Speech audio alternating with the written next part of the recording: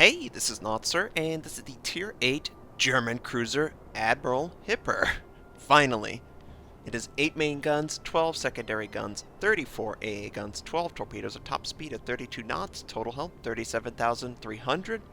For my modules, reduce crit chance on main battery, increase main battery accuracy, reduce flood and fire chance, faster rudder shift. For my commander, situation awareness, faster turret traverse, lower cooldown on damage control, superintendent, and last stand.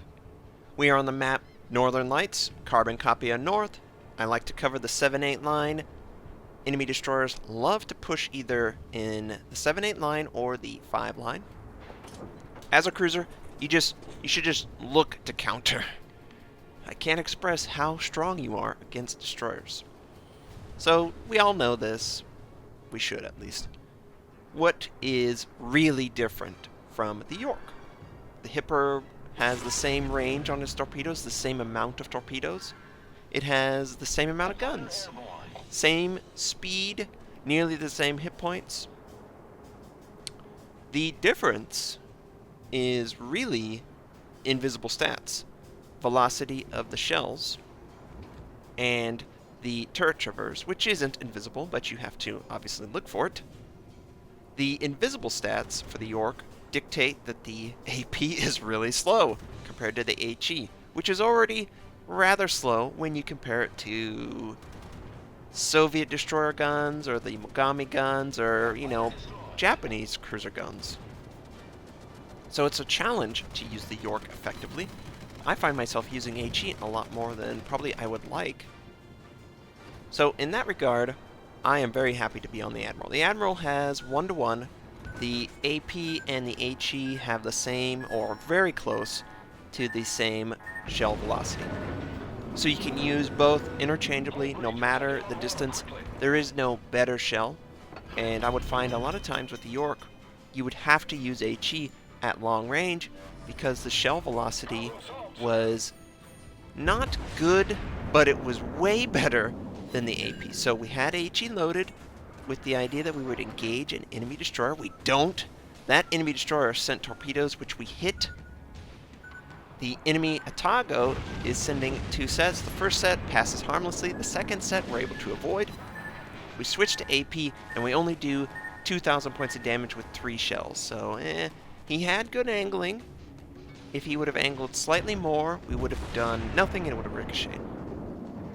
But the grouping is really good, and we're able to follow up with nearly the same shot. We are sustaining a lot of damage from the enemy though, so I'm going to pull back. And as we're pulling back, we'll fire if we have the ability. We sustain damage that causes us to have to reload. So, only the front guns are ready. And the Atago is still retreating. He gets a really good AP shot. I'm lucky that that did not penetrate my citadel. That was very dangerous and poor sailing. A little bit too interested in doing damage and not interested in avoiding damage. And he's almost at the super extreme. He's very far away, at an angle, moving away. He is softening his angle because I think he believes he's safe.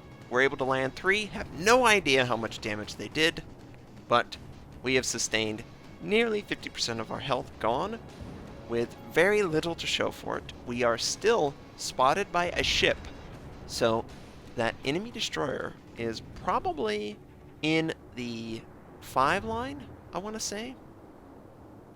I am not familiar with the exact detectability of the ship while firing, but there shouldn't be anything that can see us, yet there is. That's the real truth of the matter. So we're going to move over to the western side of the map. Remember, this is stock. Friendly just annihilates an enemy battleship. I was going to go and try and engage him. There is a Miyoko, and we're going to fire on this broadside Miyoko. The Miyoko, of course, is a Tier 7 Japanese cruiser, and they're notorious for being rather easy to citadel when you compare them to other cruisers. Even though the German cruisers are just as horrible, if not more, yes! Okay. We get 1 citadel. We do a total of 10,000 points of damage. And, yeah, he's going to rethink his life choices. We're going to set up again It appears that he is coming towards us slightly. So we're going to depress the gun if we can. And I kind of felt like the aircraft were getting a little bit too close, so I choose to use my aircraft. I don't know if that was the right thing to do, but that's what I did. And the Milko softens his angle because I think he believes he'll be able to safely get out. And we're able to do 6K. Okay, that's okay. These are aircraft-launched torpedoes. I believe those torpedoes were meant for the friendly battleship, but they're going to pass. The Atago from the east has joined us in the western side of the map. We fire on the enemy Atago, and he moves away just in time. The shells that do make contact do very little damage. And our counterpart, he's not rocking any camo. He is over there, the friendly battleship's right in front of us, and he's going to sustain a lot of damage. So we need to take full advantage. This is the ideal scenario for the German cruiser line. They have the most range of any... Oh, that's nice. Good job, Amagi. But being the support of the Amagi and just being a little bit back so the battleship takes more damage than you is ideal. I can cover him, he can cover me. And we're just looking for a target. This Cleveland is very low, and he's not angled that well, but we decide on the Amagi since he's much closer. It's a much higher chance of damaging, even though we do no damage for 2 shells making contact. So I'm like, the island's in the way. Let's try the Cleveland. If we get a good citadel penetration, we could kill him. And we have great grouping. We do 3,000. Okay. I would have liked more damage considering where those shells were placed and the angling of the target. Come on. Give me a break. And the next one, he's moving away at an angle. 5 shells make contact. All 5 ricochet or do no damage. So, yeah. That friendly Amagi, though, is very far forward. He looks to be aggressive and move forward. I don't know about doing that just yet. There's about 7 or 8 ships all watching that flank. Guy is crazy. We've got, what, 2 aircraft carriers. I don't really know what they've been doing. There's a lot of ships that are either really low, isolated, or a combination, and the enemy destroyer has remained pretty much hidden most of the game. I don't remember seeing him spotted. And come on, you gotta use the scouting. I know you don't get any benefit XP-wise, but the team benefits from knowing where these ships are. And we're firing an AP on a battleship. Yes, you are seeing that right. I've got some theories on how the game controls the way damage works, and I believe that AP on a broadside battleship is worth more damage than AG.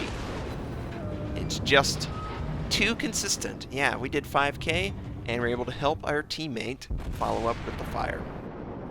And Capitalist Pig is here again.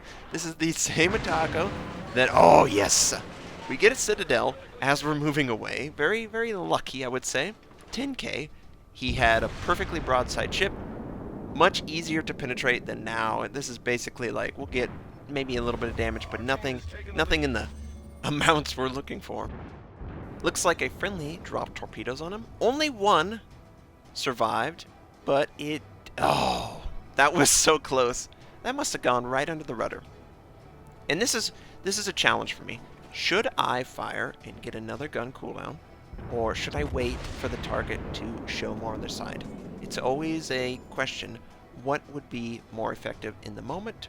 I choose to fire, and I am not rewarded for that choice. Enemy battleship just off the right side of the screen, full health. We don't want him to see us. The German cruiser line is very susceptible to large AP rounds and being broadside. There's just not a lot of armor there. Enemy Atago disappears though. He held his fire long enough that he is now not spotted anymore. Plus, the friendly destroyer that was spotting is behind an island, most likely because he was spotted. And it looks like the friendly Hatsuharu that's right in front of me is going to move forward, maybe drop torpedoes. I don't know. Friendlies are pushing up on the western flank though, and right now this game has been pretty stagnant, I would say. there really hasn't been a lot of moments where you could actually do damage. Everyone's playing really passively, and look at it! Did you just see that? Look at where the enemy destroyer is. The enemy destroyer came all the way around the eastern side of the map, came all the way down the south side of the map, and came behind the Western aircraft carrier. Yes, the Western aircraft carrier has a destroyer right on his butt. Look, I don't even see it on the map because it's that ridiculous. I can't believe the guy spent 10 minutes in the match sailing to get an aircraft carrier. I just don't understand the logic. Even if you get the aircraft carrier, you have been out of the game for 10 minutes. It's basically been 12 versus 11.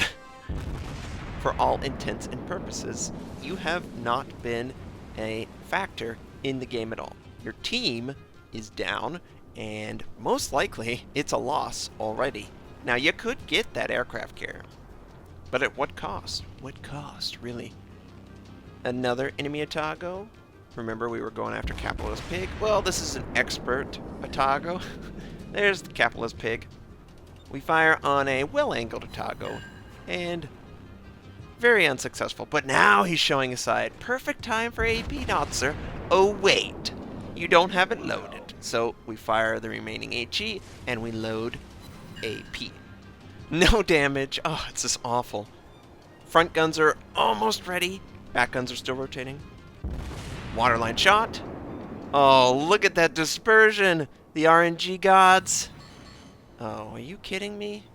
We did almost 4k damage, but considering where those shells were traveling, oh, it should have been so much better. Back guns are finally in position. We are sustaining a little bit of damage. We're able to avoid it, though.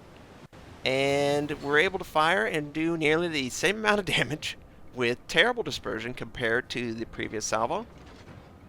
And yeah, this reload's really good too, by the way. This feels really quick, very effective. We fire again. There's what we needed. 2 citadels, 13,000 points of damage, and I believe because he's moving away, the shell traveled just where it needed to at the waterline. Those other shells were a little too high on the ship, and we just need one. Okay, we make 3 contacts and we run into the island. Don't! We did get the kill though, but we did run into an island. Enemy destroyer did successfully kill that aircraft carrier. The friendly Fuso is trying to go help. I'm backing up. I'm just watching this. It looks like the Fuso might sustain torpedo damage. Hopefully he doesn't. Yeah, 1 torpedo. 1 torpedo. Don't believe it caused a flood. I don't see his health dropping. 13 kilometers. We are going to fire one after the other and spread it around, but the Benson is able to maneuver and avoid. So initially I was like, we're going to go after that destroyer. But then I rethought it and I said, well, you know, I already have 2 friendlies that are much closer to it than I am. It would help my team better if I would move forward and support the assault on the enemy base. So that's what we're going to do. We have a friendly destroyer that is in close proximity to the Capitalist Pig, who is still near 50% life, even though we have seen him and engaged him multiple times. He sends out torpedoes, he takes out the friendly destroyer, and he wants the destroyer to eat it. I would be happy to. We're going to, of course, see him eventually. He is invisible right now. There are 2 enemy aircraft carriers also, plus that destroyer that's visible right now. And yeah, there you are, Capitalist Pig. And he's showing a lot of his side. This is ideal even at this range, and we get great dispersion. I haven't looked at the accuracy of German. Oh, we miss. Dang it! I haven't looked at the accuracy of German cruisers, especially the Hipper, to see exactly what it was. He's fired on us. We sustain just a little bit of damage. He sustains a lot of damage from a friendly battleship. And yeah, not looking good for their team. The destroyer is eliminated. This enemy Atago most likely will be killed either by me or a friendly.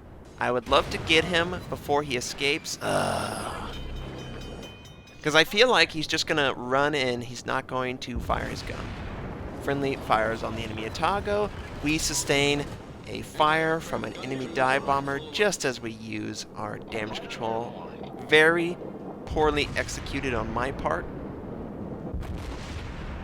I should have been more aware that he might drop his bombs on me. We fire again. Remember, we didn't do most of the damage to this guy, but we're just trying to help our team. Oh, wow. That was luck. That was so much luck. We're just trying to help our team get an enemy that's running away. Cruisers are great for that. The battleships have an extremely long reload. They're not good at trying to get someone who's maneuvering wildly at long range. All that remains of the enemy are 2 aircraft carriers. Now, I know we possibly could have had more success. It's one of the first games in the Admiral. I'm working on getting comfortable with the velocity, especially going from the York. York's just a mess, okay? We'll just say it like that. We've got a lot of enemy aircraft in the area. The cruiser is fantastic for that. You're going to see more aircraft carriers, hopefully, in 0.5.2. Yes, hopefully not, sir. The best game is when there's no aircraft carriers ever. Well, I would disagree. The best game is when all 4 classes are engaged together and you get to experience the full breadth of the game. Now, I don't want an imbalanced class that completely dominates it, but I do enjoy seeing AA going off, cruisers supporting battleships, and just more incentive to stick together. Now, I'm going to hate it in my destroyer. I find a lot of success because there's not a lot of aircraft carrier. Aircraft carriers are so dominant against destroyers because of the vision. They deny the one thing that destroyers are so overpowered with right now. Oh, yeah. By the way, we got a really good damaging shot on this Independence, and we're going to follow it up with another damaging shot. Can we kill him as he goes behind the island? Yes, we take him out. So, a pretty solid game, nothing super carry. It was a lot of back and forth trying to find an opening with an enemy playing passively. You're playing passively, you're looking for broadside targets.